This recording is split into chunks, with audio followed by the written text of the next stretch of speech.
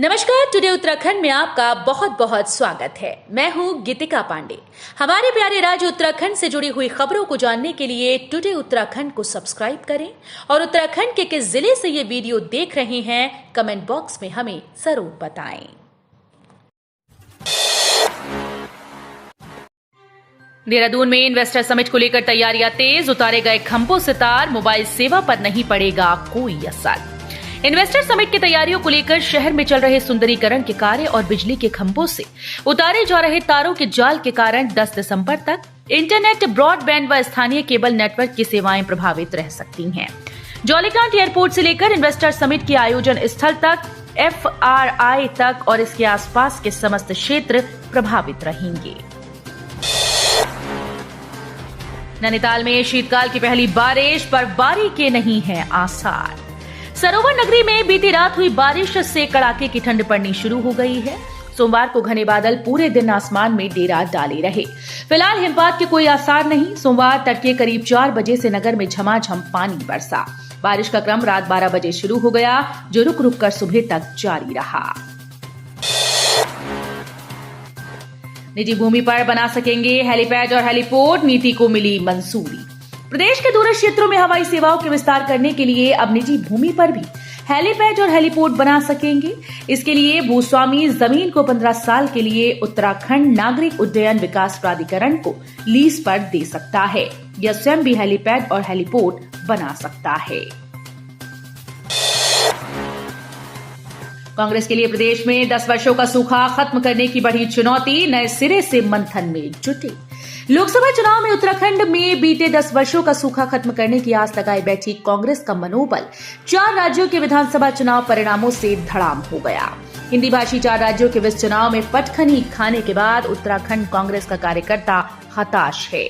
ऐसे में पार्टी के रणनीतिकारों को कार्यकर्ताओं में ऑक्सीजन भरने के लिए नए सिरे से रणनीति बनानी होगी।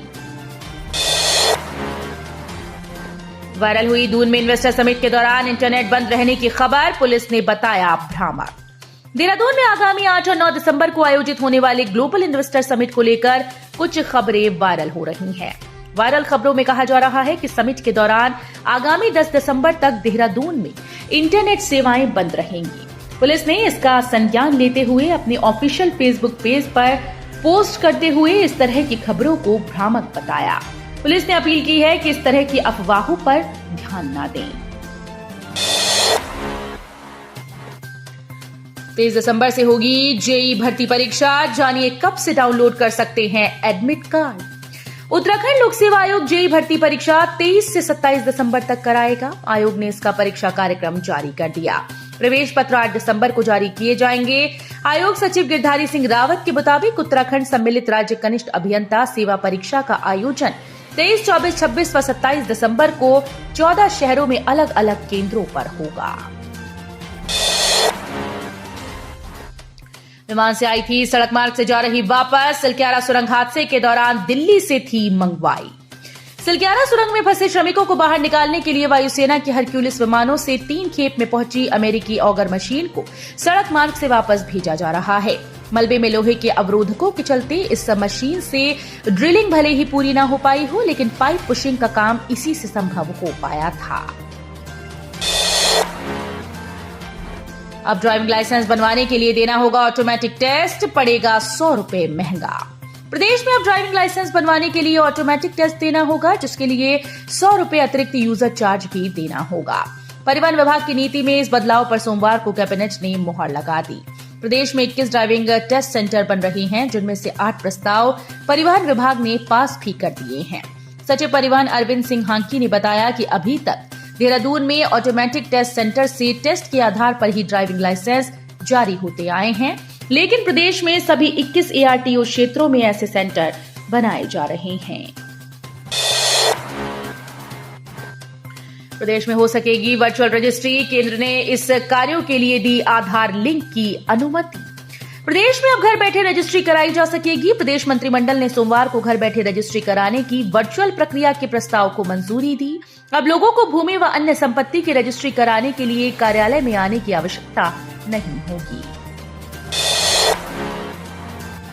6 पुलिसकर्मियों और 2 डॉक्टर्स को नोटिस जारी करने के निर्देश, जानिए क्या है कारण।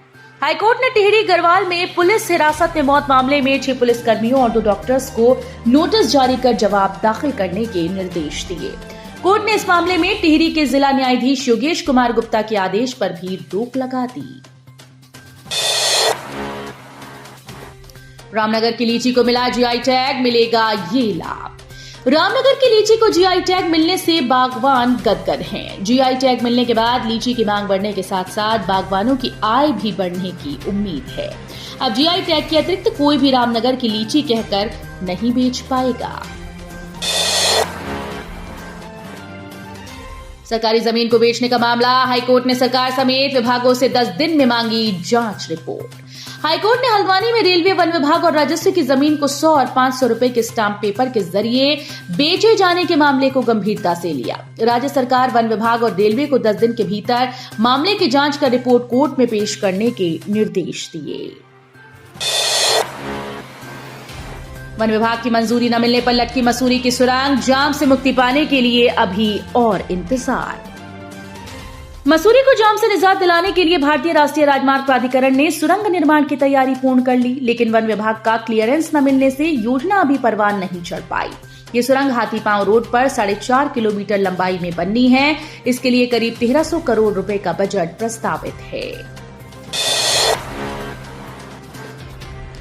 ठंड बढ़ी तो बिजली उत्पादन भी घट गया, बाजार से रोजाना है खरीदनी पड़ रही। प्रदेश में जैसे जैसे ठंड बढ़ने से नदियों में पानी का बहाव कम हो रहा है, वैसे वैसे बिजली उत्पादन भी प्रभावित होना शुरू हो गया। यूजेवीएनएल का उत्पादन घट गया तो केंद्रीय पूल से मिल रही बिजली भी कम हो गई। लिहाजा यूपीसीएल को अब बाजार से बिजली खरीदनी पड़ रही है। हालांकि अभी कहीं भी घोषित कटौती नहीं हो रही है। रुड़की में त्योहारी सीजन बीतने के बाद भी अतिक्रमण की समस्या बरकरार, आंखें मूंदे बैठी है जिम्मेदार विभाग। त्योहारी सीजन बीत गया, लेकिन शहर के बाजारों में अतिक्रमण की समस्या अभी भी बनी हुई है। वहीं अतिक्रमण के कारण बाजार की सड़कें संकरी हो रखी हैं। ऐसे में वीकेंड के अलावा आम दिनों में भी बाजार की सड़कों पर जाम की स्थिति उत्पन्न हो रही है। चंपावत और लोहाघाट में जंगली जानवर कर रहे फसलों को तबाह, किसान हैं परेशान। उत्तराखंड के चंपावत में जंगली जानवरों का आतंक देखने को मिल रहा है। जिला मुख्यालय समेत जिले के विभिन्न स्थानों में जंगली जानवरों का आतंक है कि थमने का नाम नहीं ले रहा। दिन के समय बंदर, लंगूर और बेसहारा पशु खेती को चौपट कर रही हैं, वहीं रात के समय सुअर और सेही खेती के दुश्मन बने हुए हैं। काश्तकारों ने, वन विभाग और जिला प्रशासन ने जंगली जानवरों के आतंक से निजात दिलाने की मांग की है। तो ये थी हमारे प्यारे राज्य उत्तराखंड से जुड़ी हुई कुछ खास और अहम खबरें। इसी तरह की लेटेस्ट अपडेट पाने के लिए अभी सब्सक्राइब करें टुडे उत्तराखंड चैनल को। धन्यवाद।